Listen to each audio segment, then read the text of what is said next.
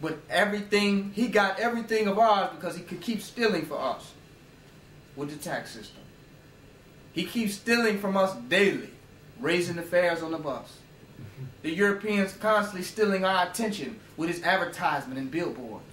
He's stealing for us he's stealing the minds of our children with his compulsory public food system. The Europeans stealing every second of the day. He has stole our woman from us with his welfare system. It's not well and fair. He stole her with corporate America, appealing to all her vain desires, to pull her out of the household, to be the perfect mother by nature to the family. He's constantly stealing from us in every possible way. But he tells us, thou shalt not steal. Well, then I begin to ask, well, how do we get our shit back? So if you're afraid to go to hell from stealing, you will live in hell because you keep letting him take everything from you and you're afraid to take it back. He said, thou shalt not kill. But they come in our uniforms, with uniforms on in our community, shooting our people down.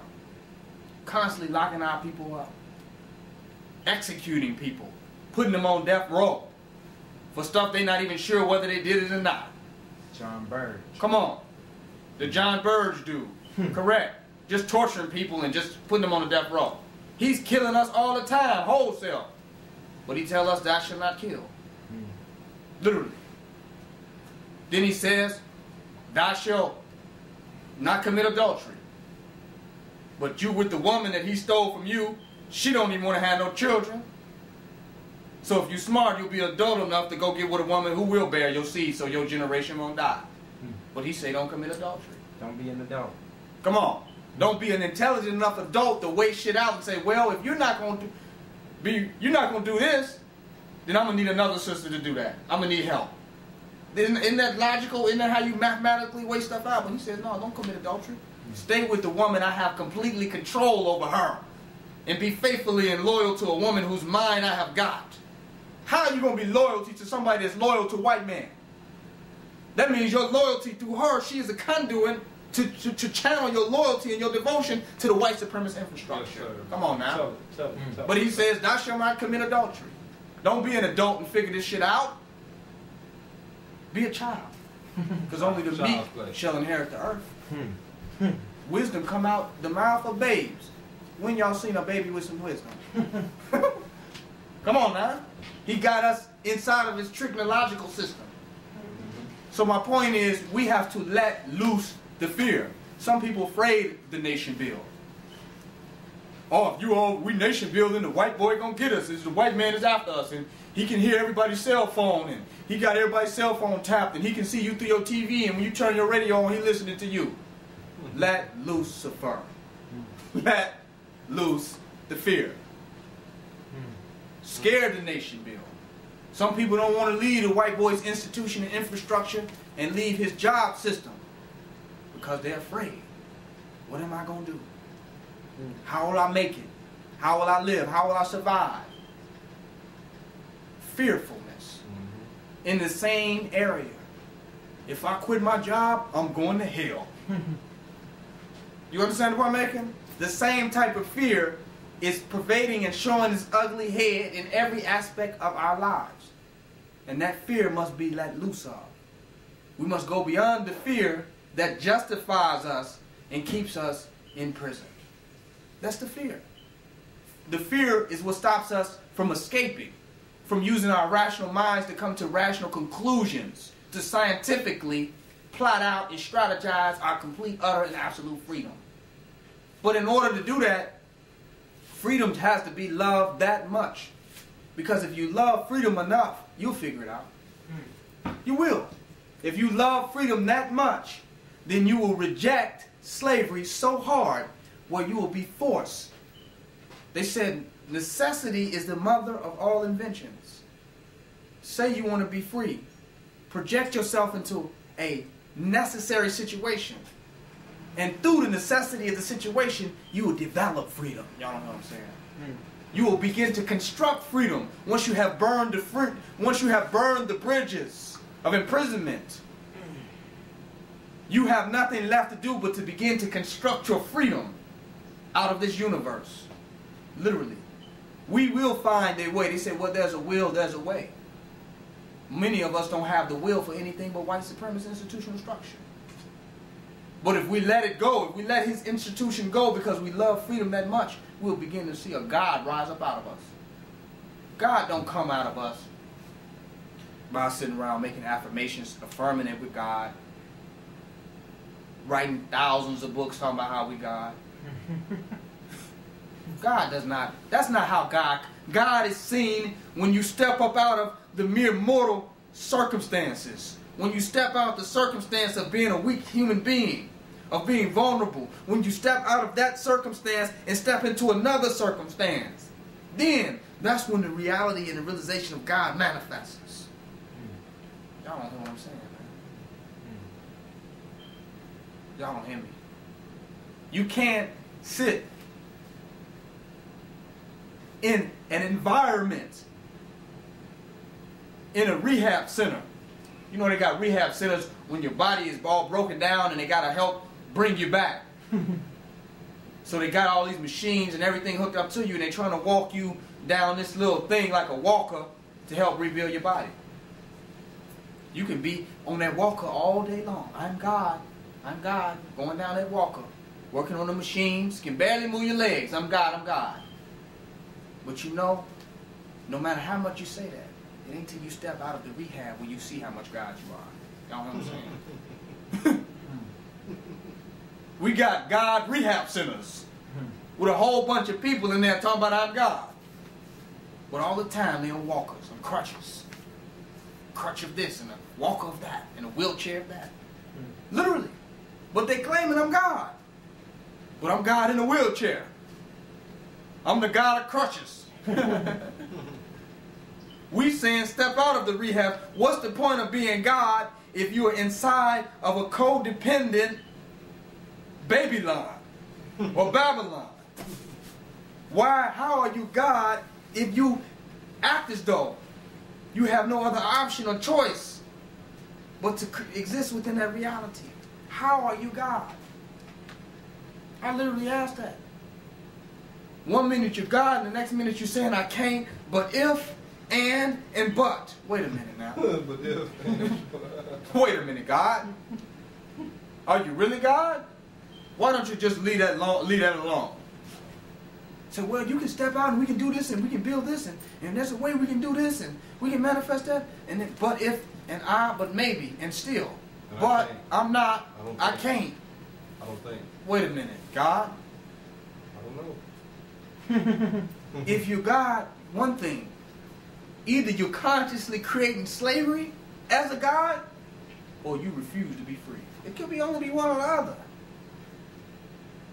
And if you're a God that's consciously creating slavery, but don't want to admit it, then you're a coward God. Because if you're going to consciously create slavery, then own it. I'm a proud slave, and that's what I'm consciously creating. As a God, I'm creating slavery for myself.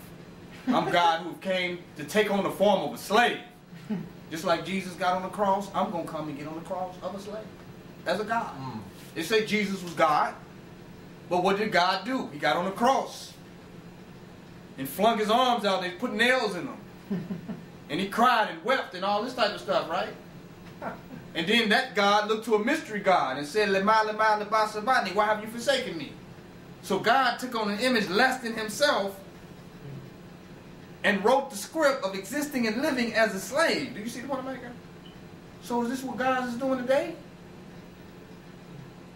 Come on. Consciously creating slavery for themselves? Because if Jesus was God and he withering fig trees and all this type of stuff, why niggas hanging you up the next minute? And that's what's happening today. People are living in the image of the mythos of that book. One minute they're God, the next minute they're letting the white man keep hanging their ass up. Isn't it correct? One minute they're God, and the next minute they're letting the white boy crucify them. They're definitely Christians. That's Christ-like. I can wither fig trees and split the loaves of bread, and I got all this power. I and my Father are one. Perfect is my Father who is in heaven. Now niggas is hanging me up. And I'm let this cup pass it by. Get out. Get out and fight. What type of gay God is that? You hear the point I'm making? Mm. When they came for Jesus, he should have been doing some Jet Li shit, man. Oh yeah, exactly. Literally. Definitely. That's a God. But that's who they want us to follow. We want to be Christians. So when the oppressor comes for us, we supposed to go with the cross. For they know not what they do. For you know not what you do. Well, you're going to experience the consequences of what you're trying to do. You don't need to know. But this is what they want. This is why they want us to be Christian. And they play and give all these Christian faith-based initiatives to all these different pastors and ministers to keep us doped up and keep us passive. And that's why we have a pastor. So he can make sure we're passive. You see the point I'm making? Literally. And then we keep passing up our divinity. Making sure your divinity keep passing you by. That's why we have pastors. And ministers that don't minister nothing but fairy tales. They don't have like an administration building where something's being administered. They're giving us fairy tales. When we do need ministers of this and ministers of that and ministers of something concrete, we got people standing up telling fairy tales to the people. Literally. That don't make any sense.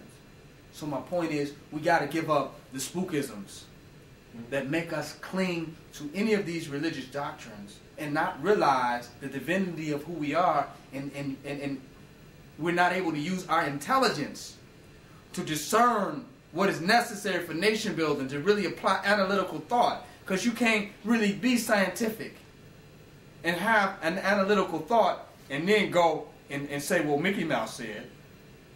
You done messed up the whole program. We sitting around talking about, brothers, if we set this up and we can feed this many people and we can get the sisters and we can set up a daycare and we can do this and we can get this land and we can plant this and build this, and then they come and say, well, is that okay? Is that all right according to Mickey Mouse? What would Goofy do? That's literally what they said with the Jesus thing. And now we got to stop the actual functional work of nation building to sit and pontificate about Goofy and Mickey Mouse. Well, do you know Mickey Mouse even existed? Was you there standing there with Mickey Mouse? Is there any anthropological findings of Mickey Mouse? Who wrote this book about Mickey Mouse? You telling me I need to have faith and belief in Mickey Mouse? Just have faith, just believe. Come on, man, that's literally what they are doing to us. Have faith and belief. So I said, why are you intelligently presenting this information to me if all I need is faith and belief? You shouldn't ask me to use my mind at all. You shouldn't present it to me in an intellectual and rational manner if the ultimate results requires nothing but faith and belief. You don't need an intelligent mind to have faith and belief. You just have faith. So they're insulting our intelligence by making us think that the dialogue is based on intelligence when the ultimate goal is to get us to a level of non-intelligence, which is faith and belief. Because you say, well, this don't make sense to me. Well, just have faith and believe. So then why was you presenting it to me as though it should have made sense? Right? Why?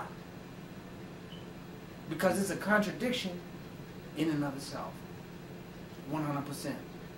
So my point is, in order for us to nation build and work together to establish a nation, we got to give up the Mickey Mouse and Goofy and Disney World concepts and realize that we are men and we're gods. And then we can come to, we have sound minds. And we can come to sound conclusions based upon our own perceptions and based on our own deliberations of what is and what needs to be. And when we can take that position, and then when our women can begin to see the fruition and the manifestation of us taking that real actual position, then we'll have a nation again. Because we don't need faith. We don't need belief. We need strong men who can lay the foundation for everything else to literally and really exist. That's what and once we lay it, because they say, well, you need to be a Christian and you need to have faith in Jesus. But yet they go and work under the white man's institution and use the white man's institution because it exists, it's functional. And they function within the realm of it. You see the point I'm making? But when you talk about black nationalism, instead of them choosing